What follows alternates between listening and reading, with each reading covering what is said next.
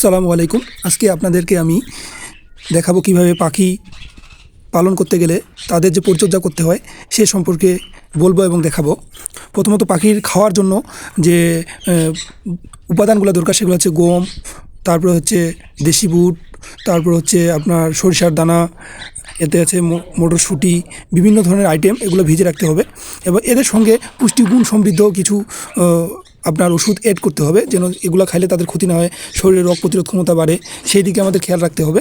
তো এগুলো আগে ভিজাই রাখতে হবে, সবগুলো উপাদান এখানে মিক্স করে ভিজাই এগুলো নরম করে নিতে হবে। তারপরে এগুলো পাখিদের আপনি 10 থেকে 12 ঘন্টা রাখলেন বা আজকে রাখলেন, কালকে এটা পাখিদের খাওয়ার জন্য ব্যবহার করতে হবে। নরম হলে তারা সহজে খাইতে পারবে।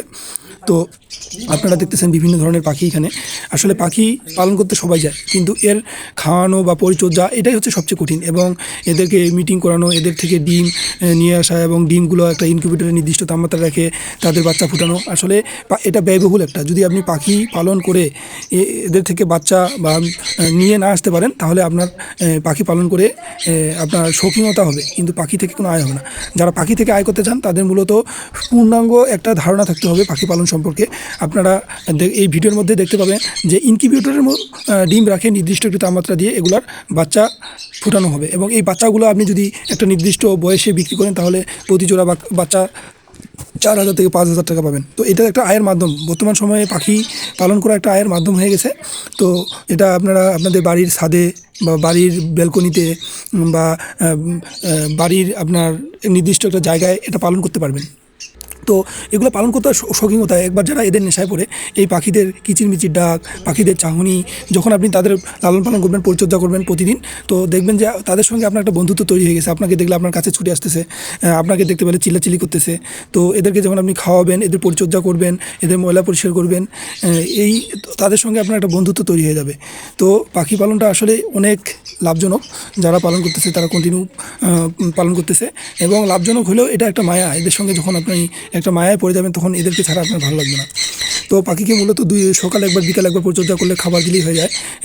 তা বাদে এদের যদি বিভিন্ন ধরনের মেডিসিন আছে, যেমন সেগুলো সঠিক সময়ে তাদের খাওয়ালে এদের রোগবালাই থেকে আমরা বাঁচতে পারি। মূলত পরিচর্যাটা পরিষ্কার পরিচ্ছন্ন রাখতে হবে, খোলামেলা বাতাসে রাখতে হবে, সঠিক তাপমাত্রা রাখতে হবে, তাহলে দেখা যাবে যে এদের রোগবালাই থেকে আমরা অনেকটা মুক্ত থাকতে পারি। তো আপনারা সবাই শৌখিনতার জন্য পাখি পালন করতে পারেন।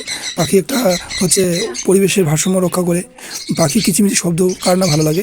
তো আপনারা সবাই চেষ্টা করবেন পাখি পালন করতে, এবং পাখি সঠিক পরিচর্যা জানলে পাখি পালন করা খুবই সহজ।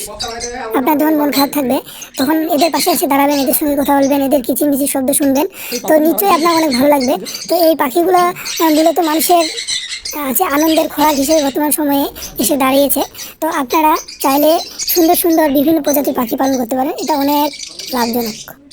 তবে একটি বিষয় আপনারা অবশ্যই খেয়াল রাখবেন, এদের যেন খাওয়া বা এদের পরিচর্যা, এদের সব কিছু যেন ঠিক থাকে, এরা যেন কোনো মতো কষ্ট না পায়, আপনারা সবসময় লক্ষ্য রাখবেন। কারণ